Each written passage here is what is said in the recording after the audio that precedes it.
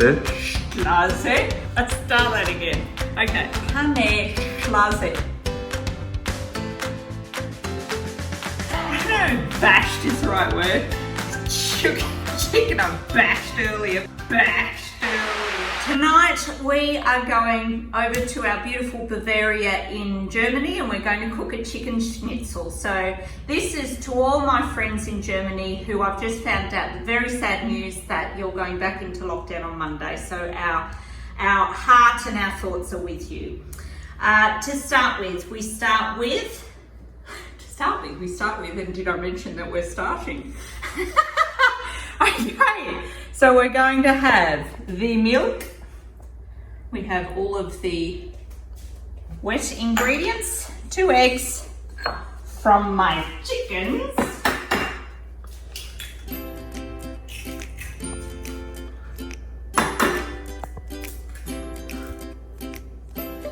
Pour in some gluten-free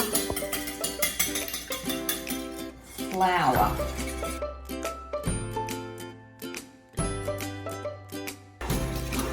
Whisk just until they're combined. Oh, it's like a little lazy Susan I'm doing here. Next one, we're going to chop our herbs that we got from the garden earlier. Just showing off now. So parsley and the basil.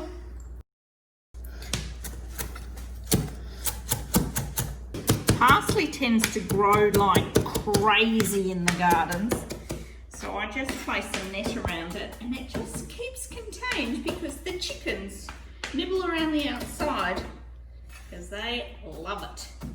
We're going to combine the gluten-free breadcrumbs, and to get a little bit of crunch it's preferable to have the breadcrumbs a little bit stale, open to the air for a little bit.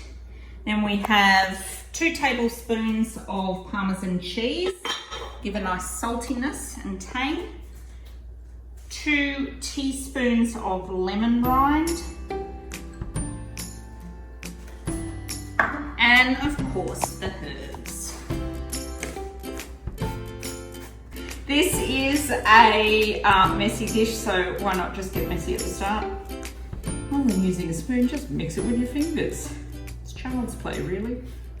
Thought that was really sweet. I thought I'd mention it because in German it means, so pane I assume is bread.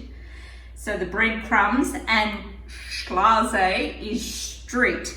So it's like a conveyor belt that the chicken's going through. So we start with the chicken that has, we put a mallet to earlier. We do 2 sides of the coat in the egg and flour mix. Then we go through and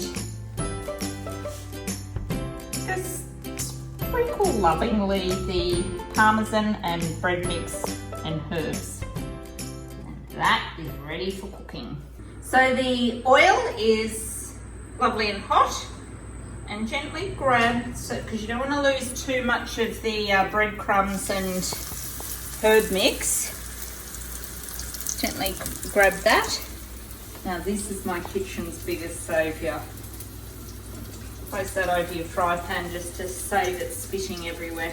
Okay, it's been on for about, depending on how big the schnitzel is, but it's been on for about 3 minutes either side. It's ready to serve. Now, I do appreciate this isn't very German, having tomatoes and bocconcini and rocket, but we're heading into summer in Australia and it's hot, so I didn't feel like cooking up a big batch of potatoes. So enjoy. Guten Appetit to all my German friends, thinking of you at this time.